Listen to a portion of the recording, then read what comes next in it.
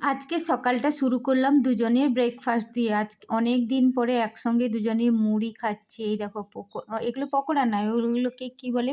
কুড়মুড়ে না কি বেশ বলে, অনেকটা দেখতে কিন্তু কুরকুরের মতো।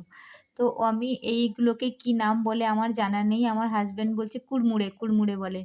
তো যাই হোক, সঙ্গে থাকো। গুড মর্নিং এভরিওয়ান, সবাই কেমন আছো? আশা করি ভালো আছো। আমিও ভালো আছি। পুতুল দেব ব্লগে নতুন একটা ভিডিওতে তোমাদের অনেক অনেক স্বাগতম। তো ওয়েদারটা কালকের তুলনায় একটু ভালো হয়েছে, কিন্তু আমি আজকে বাবা এক্ষুনি ফোন করছিল, বলল আমাদের এদিকের ওয়েদারটা কি তুই পাঠিয়ে দিলি? দিয়ে বাবা হাসছে, বলছে দেখ তোদের মতোই আমাদেরও শুরু হলো, টিপ টিপ টিপ টিপ করে বৃষ্টি, একবার হচ্ছে আবার ছেড়ে যাচ্ছে। তো ভাবছি আজকে শ্যাম্পু করি, আর এই ঠান্ডাতে যদি শ্যাম্পু করি তাহলে একদম বরফের মতো জমে যাব। তার উপরে ও ছেলে নেই, ছেলে চলে গেছে পিমনির বাড়িতে, ওর পিমনির বাড়িতে। তো এ ঘর ওই ঘর সে ঘর করছি, ভালো লাগছে না, মনটা খারাপ লাগছে। আর শ্যাম্পু না করলেও নয়, আবার এই ওয়েদারে করলে পুরো পাখির বাসার মতো জট হয়ে গেছে, আর এই ওয়েদারে করতেও ইচ্ছে করছে না। কি করা যায়? তো সঙ্গে থাকো। বাড়িতে ছেলে নেই, এই জন্য একটু মনটাও খারাপ, আর কাজটা মনে হচ্ছে অন্য দিনের তুলনায় অনেক কম আছে। কিন্তু আলমারি খুলেই দেখলাম কাজ, বলছে কোথায় নেই, আমরা তো আছি।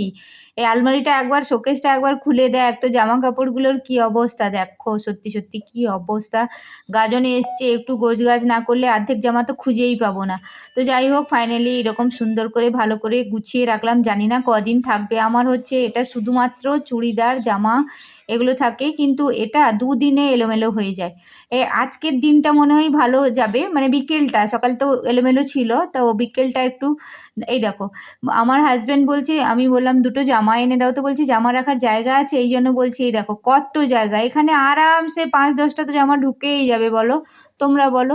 হাজব্যান্ডরা সারাক্ষণ বলে তোমাদের জায়গা থাকে না, জায়গা থাকে। দেখো কতগুলো জামা বার করে দিয়েছি, ফাঁকাই হয়ে গেছে। এখন শোকেসটা দেখতে একদম ঠিকঠাক ঠিকঠাক লাগছে। তো কি বলবো, খুঁজে পাইনি, ওই জন্য ওইটাই বলে দিলাম, দারুণ লাগছে দেখতে। আর অনেকটা ফাঁকা আছে গো, তোমরা দেখো কত ফাঁকা, ওতে 8-10টা জামা অনায়াসে ঢুকে যাবে।